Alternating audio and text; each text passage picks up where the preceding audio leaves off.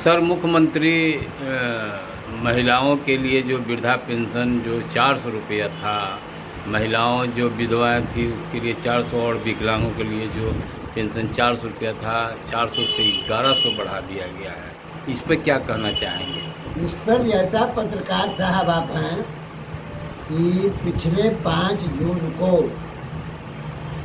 नीतीश कुमार को जो संपूर्ण क्रांति दिवस है गांधी मैदान में जेपी वहाँ घेराव किया गया था और संपूर्ण क्रांति मोर्चा, जेपी सेनानी, भारतीय लव कुश मंच, जन मोर्चा या और भी संगठन और भी राजनीतिक दल लगातार मांग कर रहे थे कि जो वृद्धा पेंशन बिहार में 60 साल की उम्र के बाद लोगों को मिलता है 400, उसको बढ़ाकर 3000 किया जाए। वो दिन में बातचीत में हम लोग 3000 रखे थे, लेकिन नीतीश कुमार 1000 के लिए तैयार थे। उन्होंने बाद में 1100 रुपया किया। तो इस पर तो हम लोग ने धन्यवाद भी उनको दिया, उसे जाहिर किया कि ठीक है 3000 उन्होंने नहीं दिया है, कम से कम 1100 रुपया देंगे। तो जो 400 से कुछ नहीं हो रहा था, अभी सिर्फ महिला की बात नहीं है, पुरुष हो या महिला हो, गरीबी रेखा से जो नीचे हैं बिहार में, महिला पुरुष 60 साल के ऊपर के सभी लोगों को 1100 रुपया इसी जुलाई महीने से मिलेगा। और शायद कल ही पैसा रिलीज हो गया है और पासबुक पर चला गया है। इसके लिए नीतीश कुमार को हम लोग संपूर्ण क्रांति मोर्चा की ओर से भी धन्यवाद दिया।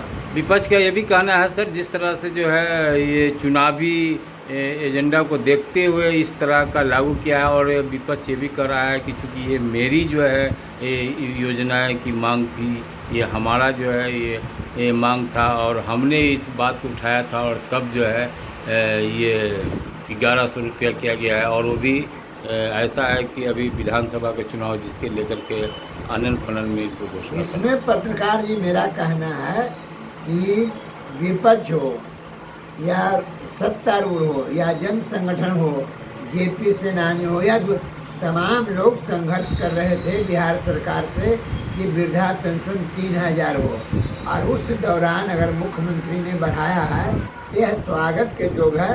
पहले वो बहस ये चुनाव के लिए ही हो, लेकिन तो ये तो नहीं ना होगा कि चुनाव के बाद वो फिर 400 कर देगा। तो एक बार बढ़ेगा, वो बढ़ेगा ही। इसके साथ ही साथ हम लोग ने नीतीश कुमार से यह भी रखे थे कि जो जेपी सेनानी को 15,000 रुपया मिल रहा है, उसको 25,000 रुपया कीजिए। उस पर भी नीतीश कुमार ने कमेंट किया है, सामने कहा कि हम 25,000 ब्रह्मदेव पटेल जी नहीं करेंगे, हम उसको चुनाव के पहले 20,000 करेंगे। हम लोगों ने शराबबंदी का भी सवाल उठाया था कि शराबबंदी को मजबूती से लागू किया जाए, तो नीतीश कुमार कह रहे थे कि आप लोग सहयोग दीजिए। हम लोगों ने कहा कि हम लोग तो कोई पुलिस का आदमी नहीं, आप 10 गो थाना को बंद करवो, बोले 10 गो इंस्पेक्टर को आप अरेस्ट कर लीजिए, मतलब 2-4 को गोली मरवा दो, गांधी मैदान में देख लो, अगला आदमी शराबबंदी बंद हो जाएगा। जितने भी थानेदार इनके हैं सब शराब बेचवाते हैं। ये सरकार की मिली भगत है, पुलिस की मिली भगत है। बालू माफिया, शराब माफिया, दिल्ली हत्या, बलात्कार, लूटपाट तो हो रहा है, देख रहे हैं। कौन खेम कामरा राते भी एक पाल दूरी नमजैल में बालू करवारी को वही कानून व्यवस्था है। नीतीश कुमार का सरकार टोटली फेलुअर है। हम तो मांग करते हैं ये केंद्र सरकार से या राष्ट्रपति से कि बिहार में विधानसभा को भंग कर दिया जाए और राष्ट्रपति के देखरेख में चुनाव होना चाहिए। अपराध की बात किया गया है, जैसे अभी आपने बोला सर कि जिस तरह से बिहार में अपराध चरम सीमा पर है, और अक्सर जो देखा गया है कि इस तरह का अपराध बढ़ते, तो इस पर कैसे जो है सरकार कहती है कि हमारे यहाँ किसी तरह से जो है जंगल राज नहीं है, उग्रवादी राज नहीं है, हमारे यहाँ शांतिपूर्ण चल रहा है, फिर भी इतना ही घटनाएं हो रही है दिन प्रतिदिन आएगी। मेरा तो इसमें कहना है कि अगर लालू यादव का राज जंगल राज था, तो नीतीश कुमार और आरएस का ये सरकार ये तो महाजंगल राज है। राजधानी जैसे व्यस्तम जगह में जहाँ गांधी मैदान में डेगे डेग पुलिस रहती है, उतने बड़े मैंने ये व्यापारी को दिन दहाड़े गोली मार दिया गया। और कल ही दुल्हिन बाजार में बालू माफिया या बालू के कारोबारी थे, कौन यादव, तो उनकी मर्डर हो गया, उनके घर के गेट पर हो गया। और डेली बिहार में मर्डर हो रहा है, हत्या हो रहा है, लूट हो रहा है। बोला ये आरएसएस की सरकार, ये भारतीय जनता पार्टी की सरकार, ये नीतीश कुमार की सरकार, ये अपराधियों की सरकार है, ये बलात्कारियों की सरकार है। सरकार को रहने का कोई अधिकार नहीं है। हम तो लगातार राष्ट्रपति जो मुर्मू साहब हैं उनसे आग्रह भी कर रहे हैं कि आप विधि व्यवस्था बिहार में ख़त्म हो गया है, पूरे प्रदेश में अराजकता है, लूट है, हत्या है, बलात्कार है। आप इस सरकार को भंग कर दें, विधानसभा को भी भंग कर दें, राष्ट्रपति लागू कर दें। राष्ट्रपति के देखरेख में बिहार का चुनाव होना चाहिए, नहीं तो आरएसएस के लोग प्लानिंग कर रहा है चुनाव में धांधली के लिए। इसलिए देखिए वोट में गड़बड़ी कर रहा है। जो गरीब लोग है, जो बाहर काम करने गया है, सबका नाम काट देगा, यानी गरीबों का नाम नहीं रहेगा तो वोटे कैसे देगा। इसमें सिर्फ लालटेन का ही नहीं, हाथ का ही नहीं, तीर का भी वोटर है। बहुत जगह तो बीजेपी का आदमी ही विदेश में है, जैसे मेरे ही भाई है, मौसेरा भाई है, पूरे परिवार के साथ उससे उदी आराम में रहता है। कैसे वो होगा।